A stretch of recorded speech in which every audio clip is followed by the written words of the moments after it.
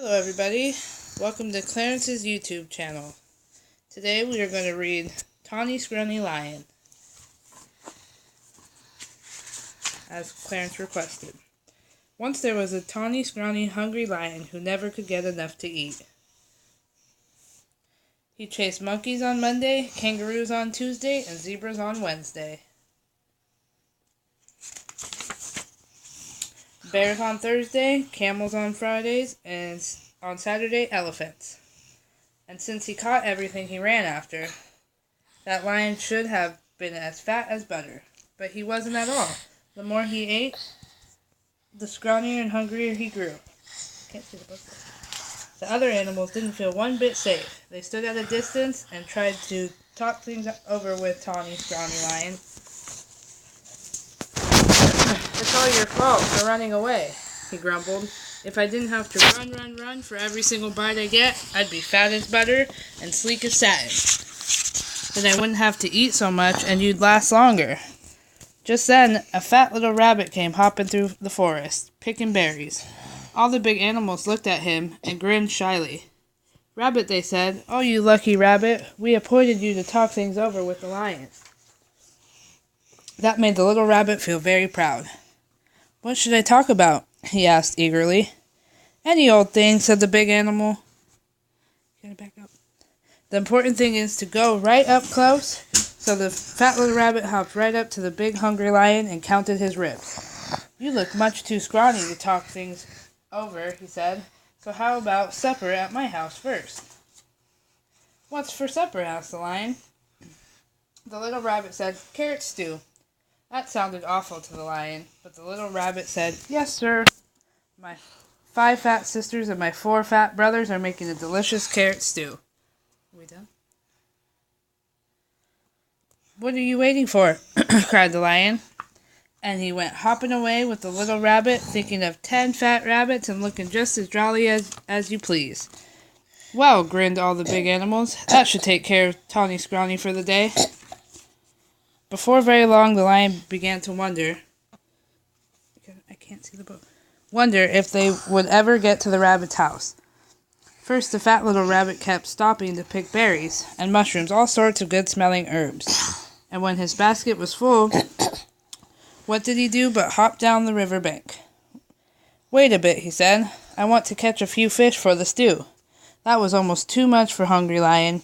For a moment he thought he would have to eat that one little rabbit then and there.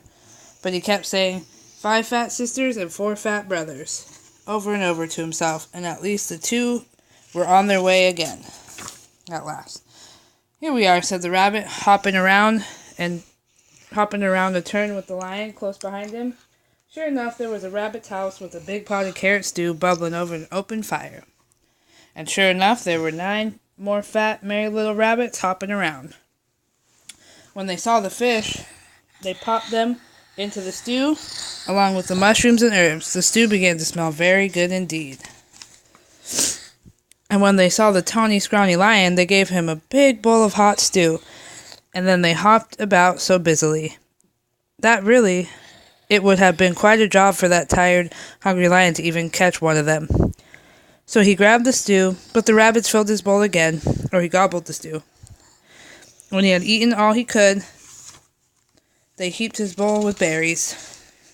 And when the berries were gone, the Tawny Scrawny Lion wasn't scrawny anymore. He felt so good and fat and comfortable that he couldn't even move. "Here's a fine thing," he said to himself. "All these fat little rabbits, and I haven't have room for even one." He looked at all those fine fat little rabbits and wished he'd get hungry again.